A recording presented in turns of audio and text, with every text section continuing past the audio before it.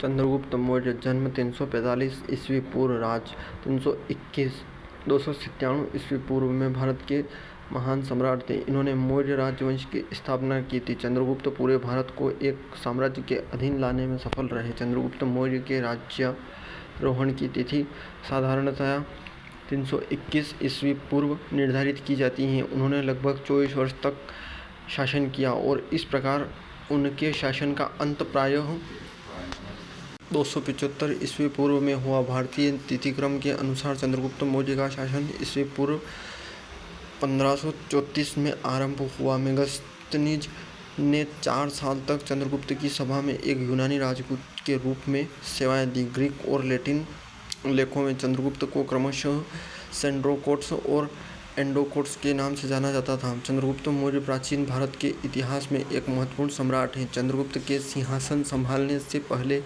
सिकंदर ने उत्तर पश्चिमी भारत उपमहाद्वीप पर आक्रमण किया और 324 ईस्वी पूर्व में उसकी सेना में विद्रोह की वजह से आगे का अभियान छोड़ दिया, जिससे भारत ग्रीक और स्थानीय शासकों द्वारा शासित भारतीय उपमहाद्वीप वाले क्षेत्रों की विरासत सीधे तौर पर चंद्रगुप्त ने संभाली। चंद्रगुप्त ने अपने गुरु चाणक्य, जिसे कौटिल्य और विष्णुगुप्त के नाम से भी जाना जाता है, जो चंद्रगुप्त के प्रधानमंत्री थे, के साथ एक नया साम्राज्य बनाया। राजचक्र के सिद्धांतों को लागू किया, एक बड़ी सेना का निर्माण किया और अपने साम्राज्य की सीमाओं का विस्तार करना रखा।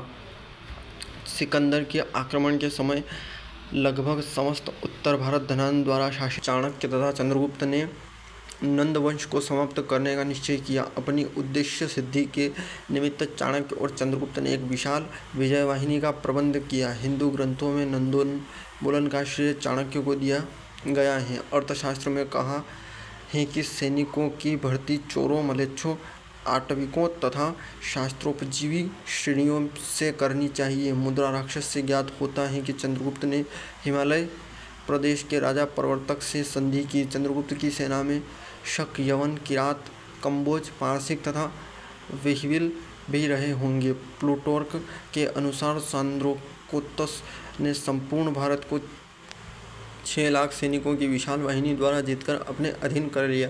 जस्टिन के मत से भारत चंद्रगुप्त के अधिकार में था। चंद्रगुप्त ने सर्वप्रथम अपनी स्थिति पंजाब में सुदृढ़ की। उसका यवनों के विरुद्ध स्यातन्य युद्ध संभवतः सिकंदर की मृत्यु के बाद कुछ ही समय बाद आरंभ हो गया। जस्टिन के अनुसार सिकंदर की मृत्यु के उपरांत भारत ने सांद्रोकोत्तस के नेतृत्व में दास्ता के बंधन को तोड़ फेंका तथा यवन राज्यपालों को मार डाला। चंद्रगुप्त ने यवनों के विरुद्ध अभियान लगभग 323 ईस्वी पूर्व में आरंभ किया होगा, किंतु उन्हें इस अभियान में पूर्ण सफलता 317 ईस्वी पूर्व उसके बाद मिली होगी, क्योंकि इसी वर्ष पश्चिम बंगाल के शासक क्षत्रप युधेमस ने अपनी सेनाओं सहित भारत छोड़ा। चंद्रगुप्त के यवन युद्ध के बारे में विस्तार पूर्वक कुछ भी नहीं कहा जा सकता। इस सफलता से उन्हें पंजाब और सिंध के प्रांत मिल गए। चंद्रगुप्त मौर्य का महत्वपूर्ण युद्ध धनानंद के साथ उत्तराधिकारी के लिए हुआ। जस्टिन एक प्लूटार्क के वृत्तों में स्पष्ट है कि सिकंदर के भारत अभियान के समय चंद्रगुप्त ने उसे नंदों के विरुद्ध युद्ध के लिए भड़काया था, किंतु किशोर चंद्रगुप्त के व्यवहार ने यवन विजेता को क्रुद्ध कर दिया। भारतीय साहित्यिक परंपराओं से लगता है कि चंद्रगुप्त और चाणक्य के प्रति भी नंद राजा अत्यंत सहिष्णु रह चुके हैं।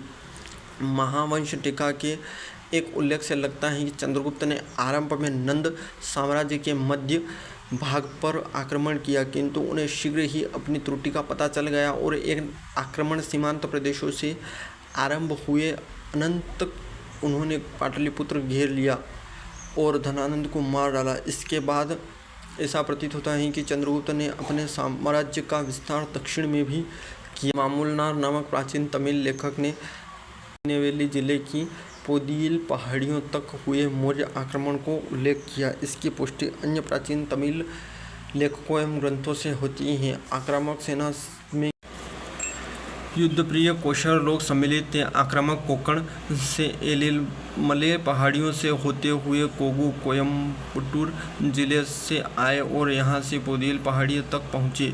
दुर्भाग्यवश उपर्युक्त उल्लेखों में इस मौर्यवाहिनी के नायक का नाम प्राप्त नहीं होता, किंतु बम्ब मौर्य से प्रथम मौर्य सम्राट चंद्रगुप्त का ही अनुमान अधिक संगत लगता है। मैसूर से उपलब्ध कुछ अभिलेखों से चंद्रगुप्त द्वारा शिकारपुर तालुक के अंतर्गत नागरखंड की रक्षा करने का उल्लेख मिलता है। उक्त अभिलेख 14 शताब्दी का है, किंतु ग्रीक तमिल लेखकों आदि के साक्ष्यों के आधार पर इसकी ऐतिहासिकता एकदम अस्वीकृत नहीं की जा सकती। चंद्रगुप्त ने सौराष्ट्र की विजय भी की थी। महाक्षत्रप रुद्रदामन के जूनागढ़ अभिलेख से प्रमाणित है कि वैश्य पुष्यगुप्त यहाँ के राज्यपाल थे। चंद्रगुप्त का अंतिम युद्ध सिकंदर के पूर्व सेनापति तथा उसके समकालीन सीरियों के ग्रीक सम्राट सेल्यूकस के साथ हुआ। ग्रीक इतिहासकार जस्टिन के उल्लेखों से प्रमाणित होता है कि सिकंदर की मृत्यु के बाद सेल्यूकस को उसके स्वामी के सुविस्तृत साम्राज्य का पूर्वी भाग उत्तराधिकारी में प्राप्त हुआ। सेल्यूकस सिकंदर की भारतीय विजय पूरी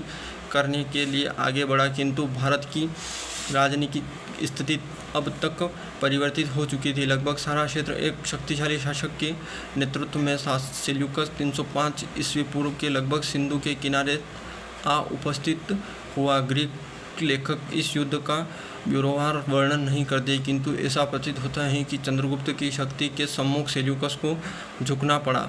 फलतः सेल्यूकस ने चंद्रगुप्त को विवाह में एक यवन कुमारी हेलेना तथा एरिया हेरात, एराकोसिया, कंदहार, परोपनी, सदाई, काबुल और जोंत्रिसिया बलूचिस्तान के प्रांत देकर संधि क्रय की। इसके बदले चंद्रगुप्त ने सेल्यूकस को 500 हाथी भेंट किए। ऊपरी लिखित प्रांतों को चंद्रगुप्त मौर्य एवं उसके उत्तराधिकारी के शासनांतर्गत होना कंदहार से प्राप्त अशोक की द्विभाषी लेख से सिद्ध हो गया। इस प्रकार सत्यापित हुए मैत्री संबंध को स्थायित्व प्रदान करने की दृष्टि से सेल्यूकस ने मेगस्थनीस नाम एक दूत चंद्रगुप्त के दरबार में भेजा। यह वृत्तांत इस बात का प्रमाण है कि चंद्रगुप्त का प्राय संपूर्ण राज्यकाल युद्धों द्वारा साम्राज्य विस्तार करने में बीता होगा। चंद्रगुप्त के 16 सपने, श्री महावीर जी मंदिर, अंतिम श्रुतकेवाली, भद्रबाहु स्वामी और सम्राट चंद्रगुप्त का आगमन दर्शाता शिलालेख, श्रवणबेलगोला, चंद्रगुप्त के 16 स्वप्न, तिजारा जैन मंदिर का चित्रित चित्र, श्रवणबेलगोला से मिले शिलालेखों के अनुसार चंद्रगुप्त अपने अंतिम दिनों में पितृमतानुसार जैन मुनि हो गए। इनका नाम आचार्य भद्रबाहु ने मुनि प्रभाचंद्र दिया। चंद्रगुप्त अंतिम मुकुटधारी मुनि हुए। उनके बाद और कोई मुकुटधारी शासक दिगंबर मुनि नहीं हुए। अतः चंद्रगुप्त मौर्य का जैन धर्म में महत्वपूर्ण स्थान है। स्वामी भद्रबाहु के साथ श्रवण बेलगोल चले गए। वहीं उन्होंने उपवास द्वारा शरीर त्याग दिया। श्रवण बेलगोल में जिस पहाड़ी पर वे रहते हैं उसका नाम चंद्रगिरी है और वही उनका बनवाया हुआ चंद्रगुप्त बस्ती नामक मंदिर भी है।